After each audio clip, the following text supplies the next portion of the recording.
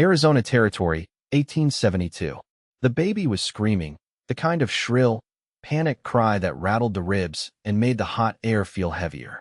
Vayla Dorsey knelt in the gritty red dirt just off the Butterfield Trail, her back to the sun as she tried to shift her bodice aside to nurse her son.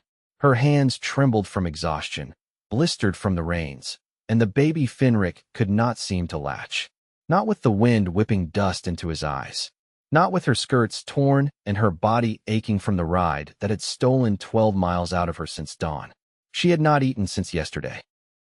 Her canteen had gone dry before noon, and still, she rocked slightly, trying to soothe him, whispering, "It's all right, baby. I got you. I got you." Even though she barely had herself.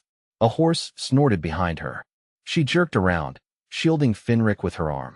A man sat astride a dun mare, tall in the saddle, wide-shouldered, with a rifle slung across his back and a trail-worn hat pulled low over dark hair. His boots were dusty, his shirt sun-bleached, and sweat stuck to his chest. But it was his eyes that caught her steady, clear, the color of creek water in shadow. He dismounted slow, both hands raised, voice low. "I ain't here to harm you." Vayla's throat felt scraped raw. "Keep walking." The man stepped forward anyway, stopping 10 feet away. "You trying to nurse him in the dirt?" She swallowed hard, but said nothing.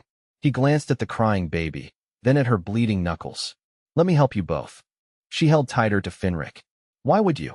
"Because I would not leave a woman and a baby like this. Not out here. Not ever." He took off his hat, walked forward another few steps, and crouched. "Name's Zane Keaton. Came from Tombstone this morning. You got a name?" She hesitated. "Look," he said gently. "I'll set my canteen down and step back. You decide." He placed the canteen on a flat rock and backed off. She watched him go, waited for a trick or worse, but none came. The baby kept crying, his little fists flailing, face red and hot. Her fingers shook as she picked up the canteen. Cool water spilled into her mouth and down her chin. She gave Finric a few drops. He sucked them down quick. She glanced at Zane again. "Vayla Dorsey." He nodded once. "All right, Miss Dorsey. Let's get you off the ground." He helped her to a patch of shade beneath a mesquite tree, laying his coat down for her to sit on. She hesitated again, but the dirt burned her knees and the baby was still hungry, so she sat. He turned away while she adjusted her bodice. Finric finally latched, nursing hard. Her chest ached from relief. Zane did not speak until the baby quieted. "You traveling alone?" She nodded. Then, after a pause, said, "My husband died last winter. Fever took him in Prescott. I went back to my brother's place near Camp Verde, but—" She trailed off. "But he was not much help," Zane finished gently. She nodded again. He crouched beside her, not too close. "Where are you headed?" "Nowhere, I guess." Her voice barely rose above the wind. "Just away." Zane looked at her a long moment. "You got anyone else?" "No." She glanced down at Finric. "Just him." He stood, walked back to his horse, dug through a saddlebag. When he returned, he offered her a flour biscuit and a strip of dried venison. She stared at it. "It is clean," he said. "I make my own. Take it." She did. Ate slow, careful, like chewing too fast might break her. They sat quiet a while, the breeze rustling through dry brush, Finric sleeping now in her arms. She brushed a hand over his damp curls. "You know," Zane said, voice low, "there is an old ranch house near Dragoon Gap. Belonged to my uncle. Long gone now. Roof still holds. It has a well. Not much, but it is safe." Vayla looked up. "Why are you helping me?" He met her eyes. "Because I have known what it is to be alone. And I do not believe anyone should have to try and nurse a baby in the dirt." Her throat tightened. He softened. "Come with me. Just for the night. I will ride slow. You can sit the horse. Let me help you both." She looked down at her son, then at the trail stretching on in both directions. Nothing but heat and dust and danger either way. She looked back at Zane. "All right," she whispered. He helped her onto the horse, nestling Finric against her chest, then walked beside them, reins in hand, slow and steady like he had all the time in the world. That night, they reached the ranch house. It leaned slightly westward, but the walls held and the well still worked.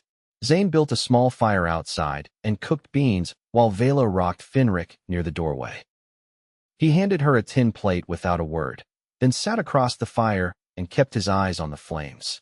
She watched him, the way his jaw moved when he chewed, the way his shoulders settled lower when the baby cried, and he knew she was close enough to handle it. "You live out here alone?" she asked at last. He nodded. "Since the war ended. Did not have much reason to go back east. Family.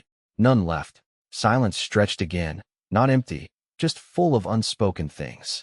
When the fire burned low, he offered her the bed inside. Said he would sleep by the door, rifle ready. She hesitated, then nodded. "Thank you." Just before she stepped inside, she looked back at him. His eyes were on her, not the way other men had looked at her since she lost her husband, but steady, kind. "I will stay just one night," she said softly. He gave a slow nod. "One night is a good place to start." The wind rose with the sun, brushing through the dry grass and stirring the brittle scent of mesquite. Vayla stepped out from the ranch house, Finric bundled against her in a sling made from her shawl. She paused, eyes adjusting to the light. Zane was already by the corral, running his hand down the flank of the dun mare, quiet and unhurried. He glanced over once. "There's coffee on the stove. Water's heating for a wash." She nodded, shifting Finric's weight to her hip. He slept near through the night. First time in weeks. Zane's mouth twitched, not quite a smile. "He's got good lungs. I reckon he'll use them again soon." She stepped closer, the earth warm under her bare feet. "You said this place was your uncle's." He let his hand fall from the horse's shoulder. "He ran cattle here before the war. Took a bullet at Pea Ridge. Never made it back." Vayla looked past the corral to the open land, where a few fence posts leaned like tired sentries. "You ever thought of fixing it up?" "I've thought of worse things."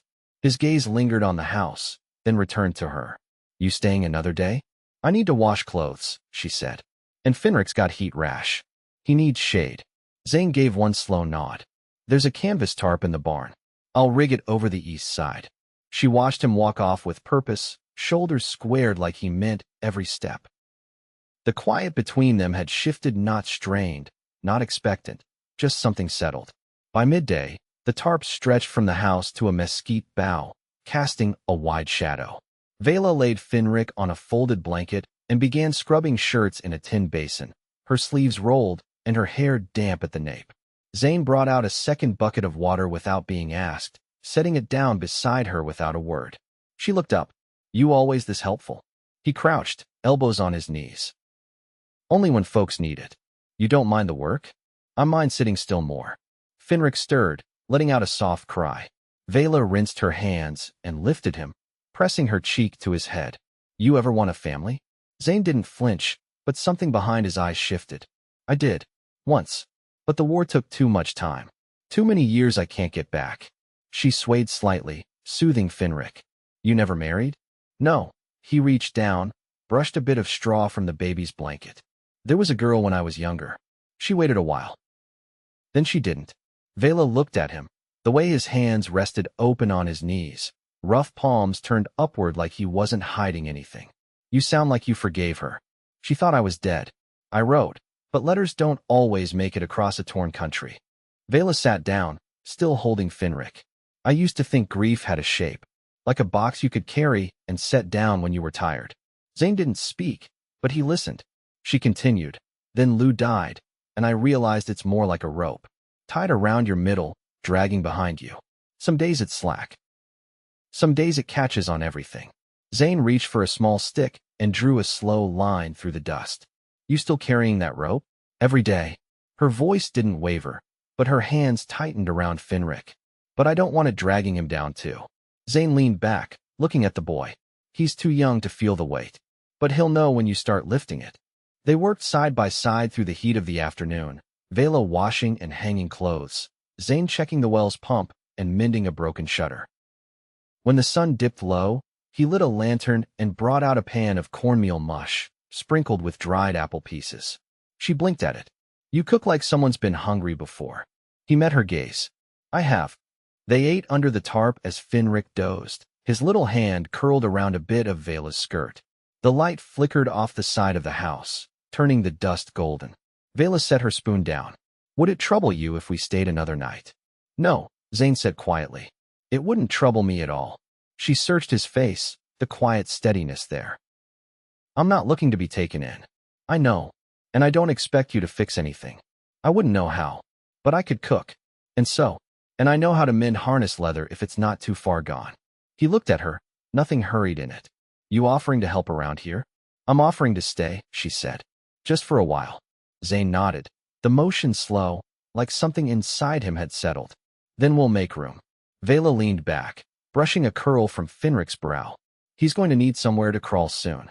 I'll clear the barn floor, Zane said, half to himself. She smiled not wide, just a soft lift at the corner of her mouth. You planning on us staying that long? I'm hoping, he said, his voice low, that you will. The morning came with the hush of low clouds rolling in from the south, muting the sky to the color of old tin. Vayla sat cross-legged on the porch, mending a ripped hem with the last of her good thread. Finric slept inside on a folded quilt, the air finally cool enough that she didn't worry over his breath catching in the heat. Zane stepped out from the barn, wiping axle grease from his hands with a rag. He paused when he saw her, then leaned a shoulder against the porch post. You always sew like you're patching something more than cloth. Vayla didn't look up. Maybe I am. He walked to the edge of the porch, his boots brushing grit from the boards. Wagon wheels near done. Found a spare rim in the loft, just needed straightening. She tied off the thread and bit it clean. You fixing it so I can leave? I'm fixing it so you have the choice. She looked up then, her eyes steady. I've had enough of choices that weren't real ones. Zane folded the rag and set it on the railing. This place wasn't meant to be a cage. I know that. He eased down beside her, not quite touching, but close enough she felt the warmth off his arm. A hawk circled far off, its shadow sliding across the dry grass.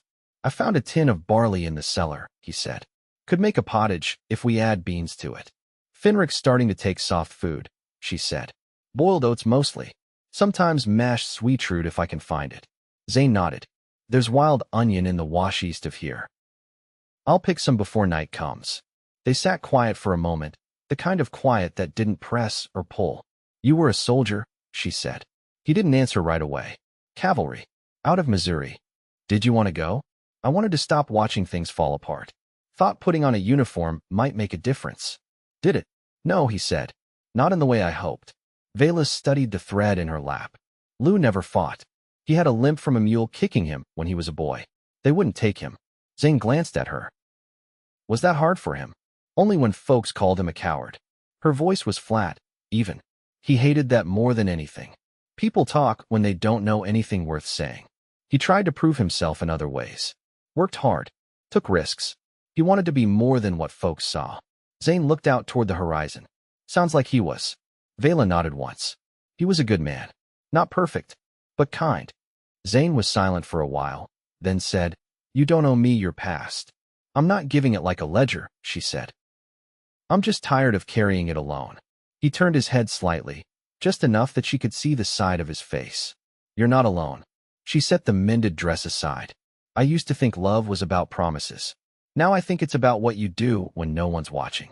Then maybe we're both learning something new. Vayla stood, brushing off her skirt. I need to check the wash water. If it's gone cold, I'll heat more. Zane stood too. Theirs would stack near the back wall. Let me carry it in.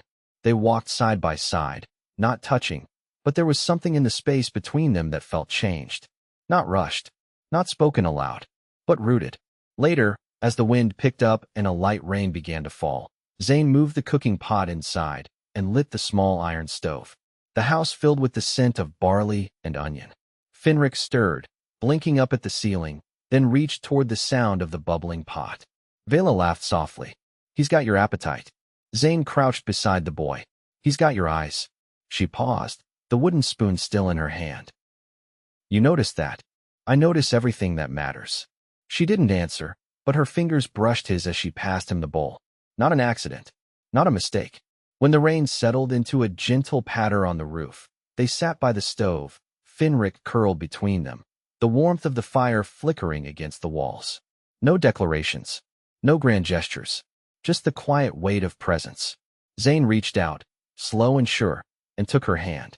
Vayla didn't pull away. The wind turned cooler as September settled hard across the land. The sun no longer burned down as it had in July. Now it traced long shadows over the hills and made the mornings brittle with chill. Zane had patched the stovepipe and chinked the worst of the gaps in the walls, and Vayla kept the fire going low through the nights so Finric wouldn't wake cold. That morning, she stood in the doorway with the boy on her hip, watching as Zane led the mare through the gate and hitched her to the half-busted cart he'd taken to mending in pieces.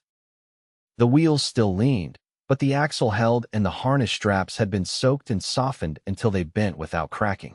Vayla shifted Finric higher and called out, "You aiming to drive that thing into town?" He looked back, one hand on the worn leather traces. "Only as far as Miller's Creek. There's a widow out there keeps goats. She said she might trade milk for oats." She stepped down off the porch, tightening her shawl. "You went all the way to Miller's and back while I was in the garden yesterday?" "I did." He checked the collar strap, then glanced at her. Didn't want to wake the boy. She looked at the cart, then at him, her eyes narrowing slightly. "You think it's safe?" He nodded once. "I wouldn't ask if I didn't believe it." She passed him Finric, adjusting the sling across his chest. Zane took the boy without hesitation, settling him against his shoulder like he'd done it 100 times. "He's heavier than he looks. Try carrying him through a mountain pass with a fever in your legs."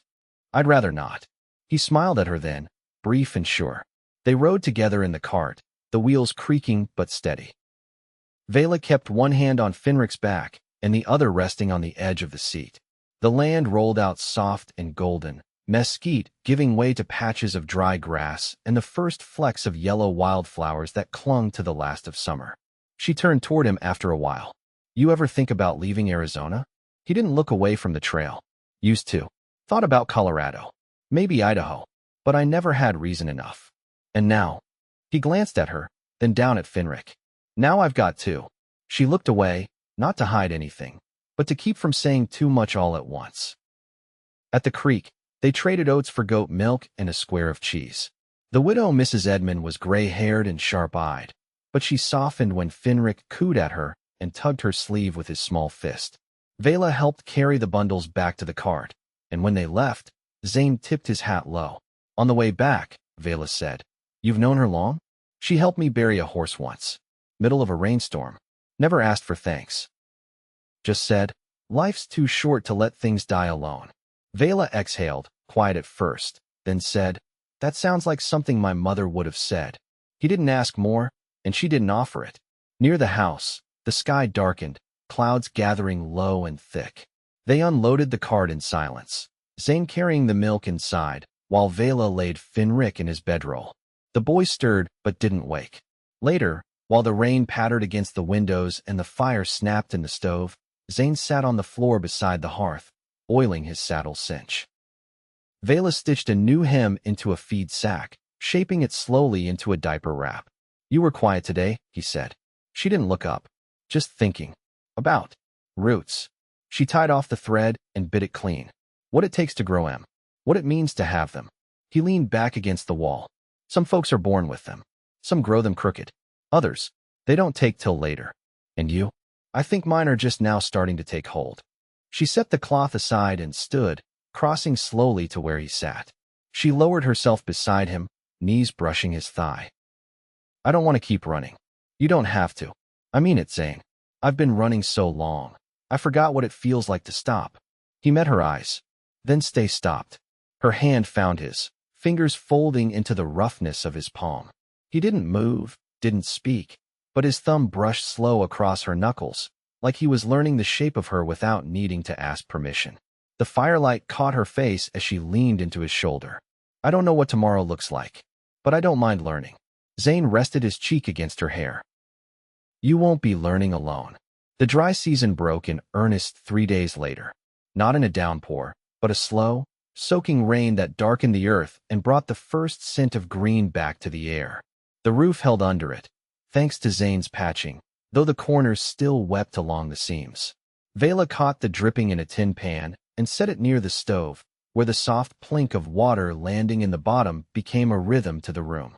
Zane was carving a cradle board from a slab of mesquite when she stepped into the room with a folded cloth in her hands. "You've been at that all morning." He kept his eyes on the curve he was shaving smooth. "Figured he's getting too long for that bundle wrap. Shouldn't always be tied to your hip. You planning to carry him yourself, then?" "I'm not against it." She sat across from him. You ever take care of children before? My brother's youngest. I carried her through a summer with a broken foot. Her mother was always off somewhere by then. You never talk about your brother. Not much left to say. He was rough with people and rougher with himself. She folded the cloth again, tighter this time. You think Finric will remember this place? These early years. I think he'll remember what it felt like to be safe. She looked down, smoothing the edge of the cloth. I've been trying to decide if I should write my cousin in Yavapai. She sent word last year. Said I could come if I ever needed a roof. You thinking of going? I was. Before I met you. Zane set the knife down and leaned back on his hands. You're free to leave, Vayla. Always have been. I'm not asking permission. I know. She stood, walked to the window. Outside, the rain softened the edges of the world, turned the hills dusky and slow. But I think I was waiting to feel something different. Not fear or weariness, not even relief. Just quiet. He rose and crossed the room, stopping close enough to feel the warmth off her. And now, she turned to face him. Now it feels like I've stopped running, and I don't want to start again. Zane reached out and touched her jaw, rough thumb brushing the curve beneath her cheek. I want you here, Vayla, but only if you choose it. She leaned into his hand, eyes steady. I'm choosing it. You. This place. All of it. Behind them, Finric made a soft sound in his sleep, like a breath caught on the edge of a dream. That night, they moved the bedrolls together beneath the rafters. Zane's arms circled her waist as they lay down, and she fit herself against him like she'd belonged there all along. No words passed between them as sleep took hold, just the quiet rhythm of shared breath. By the first frost, they'd planted turnips and onions in the patch behind the barn. Vayla tanned a hide from the deer Zane brought down in the foothills and stitched it into moccasins for Finric, whose crawling had turned to toddling. Zane built a low fence around the garden with scrap wood and iron nails, and when Finric tried to eat a beetle, he lifted the boy with both hands and said, "That's not for you, little man," with a patience that surprised them both. One morning, Vayla came in from the well with a pail balanced on her hip. She found Zane at the table, studying a sheet of old paper, brow furrowed. "What's that?" "Deed papers," he said. "For my uncle's things. I never filed them proper. Figured it was time. You thinking of putting your name on it?" He folded it and slid it across the wood. "Ours, if that's what you want." She looked at the weathered fold, then at him. "I'd like that." He took her hand then, calloused fingers intertwining with hers. "Then let's do it right." They stood under the cottonwood tree that winter, with the sky clear and the wind sharp. Mrs. Edmund came to witness, bringing goat cheese and a wool shawl she'd spun herself. Zane said his vows with quiet certainty, and Vayla answered with a hand over her heart. Finric clapped when they kissed, not knowing why, only that the warmth between them wrapped around him too. They built a second room in the spring. Zane worked the beams while Vayla laid the floor, and Finric dragged sticks through the dirt outside. They added a table made from the old cart bed, and Vayla painted it with crushed berries and lye soap until it shone dusky red. That summer, there was music. An old fiddle, found in the back of the barn beneath a pile of mouse-nibbled cloth. Zane tuned it slow, strings creaking back to life. Vayla laughed when he played crooked, but her voice rose in song above it, clear and strong, carrying over the fields in the evening light. They danced barefoot in the dust, Finric between them, his hands in theirs. And when the fire burned low and the stars came out, they lay in each other's arms and knew they'd come through something hard and long and unforgiving and found, at last, the stillness on the other side. They planted roots. They grew a life. Together. And they never ran again.